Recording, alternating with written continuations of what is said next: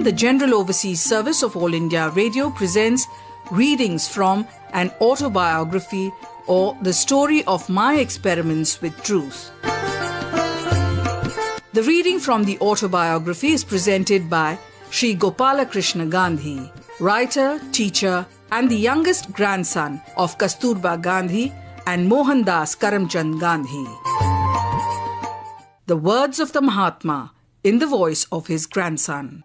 I went to see Maharshi Devendranath Tagore, but as no interviews with him were allowed then, we could not see him.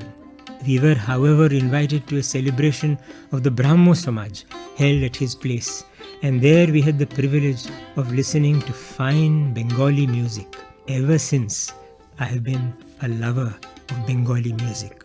Having seen enough of the Brahmo Samaj, it was impossible to be satisfied without seeing Swami Vivekananda. So with great enthusiasm, I went to Belur Math, mostly or maybe all the way on foot. I loved the sequestered sight of the Math. I was disappointed and sorry to be told that the Swami was at his Calcutta house, lying ill and could not be seen. I then ascertained the place of residence of Sister Nivedita and met her in a Chowringhee mansion. I was taken aback by the splendor that surrounded her, and even in our conversation, there was not much meeting ground. In spite of my failure to find any agreement with her, I could not but notice and admire her overflowing love for Hinduism. In Banaras, I arrived there in the morning. I went to the Kashi Vishwanath temple for darshan. I was deeply pained by what I saw there. The approach was through a narrow and slippery lane. Quiet there was none. The swarming flies and the noise made by the shopkeepers and pilgrims were perfectly insufferable. Where one expected an atmosphere of meditation and communion, it was conspicuous by its absence. I went near the Jnanavapi, well of knowledge. I searched there for God but failed to find him. I was not therefore in a particularly good mood. The surroundings of the Jnanavapi too I found to be dirty. I had no mind to give any dakshina, so I offered a pie. The Panda in charge got angry and threw away the pie. He swore at me and said, "This insult will take you straight to hell." This did not perturb me. "Maharaj," said I, "whatever fate has in store for me, it does not behave one of your class to indulge in such language. You may take this pie if you like, or you will lose that too." "Go away," he replied. "I don't care for your pie." And then followed a further volley of abuse. I took up the pie and went my way, flattering myself that the Brahman had lost a pie and I had saved one. But the Maharaj was hardly the man to let the pie go. He called me back and said, "All right, leave the pie here. I would rather not be as you are. If I refuse your pie, it will be bad for you." I silently gave him the pie and with a sigh went away. Since then, I have twice been to Kashi Vishwanath, but that has been after I had already been afflicted with the title of Mahatma, and experiences such as I have detailed above had become impossible. People eager to have my darshan would not permit me to have a darshan of the temple. The woes of Mahatmas are known to Mahatmas alone. Otherwise, the dirt and the noise were same as before. Gokhale was very anxious that I should settle down in Bombay, practice at the bar, and help him in public work. I took chambers in Payne, Gilbert and Sayani's offices, and it looked as though I had settled down. But it may be said that God has never allowed any of my own plans to stand. He has disposed them in his own way.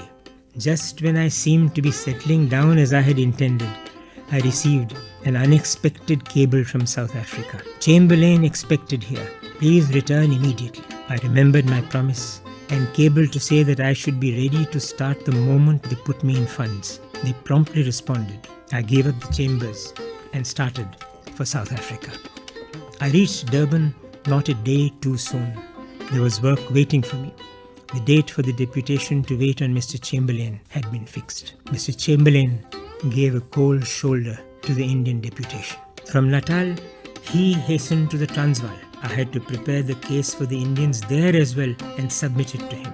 But how was I to get to Pretoria? Our people there were not in a position to procure the necessary legal facilities for my getting to them. The officers had, of course, sent a telegram to Durban, and when they found that I had entered with a permit, they were disappointed.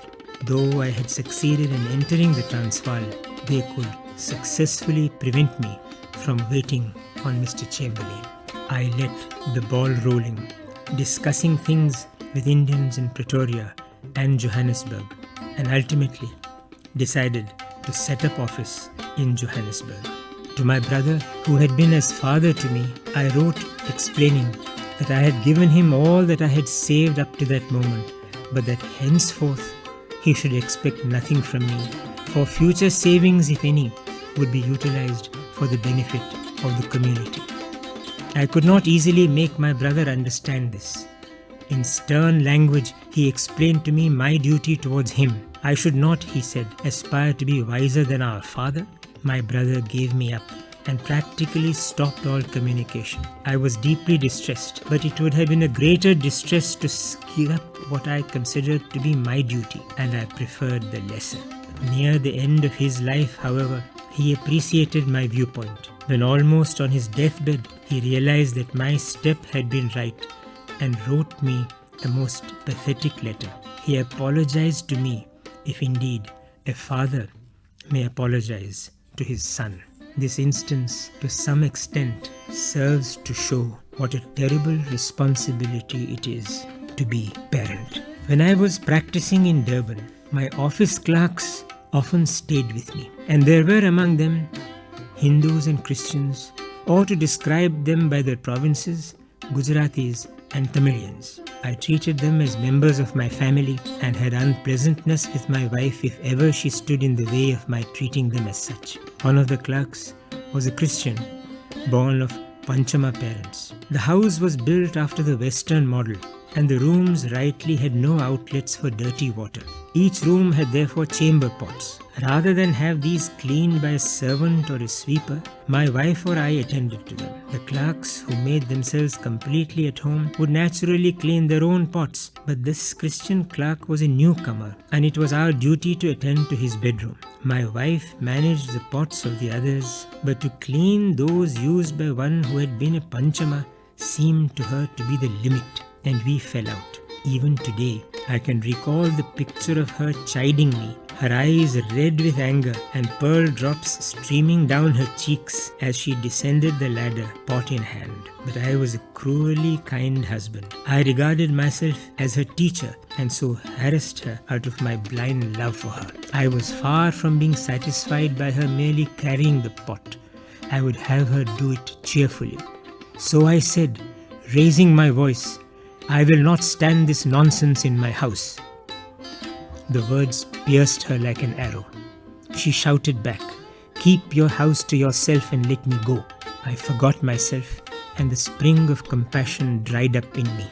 I caught her by the hand, dragged the helpless woman to the gate, which was just opposite the ladder, and proceeded to open it with the intention of pushing her out. The tears were running down her cheeks in torrents, and she cried, "Have you no sense of shame? Must you so far forget yourself? Where am I to go? I have no parents or relatives here to harbour me.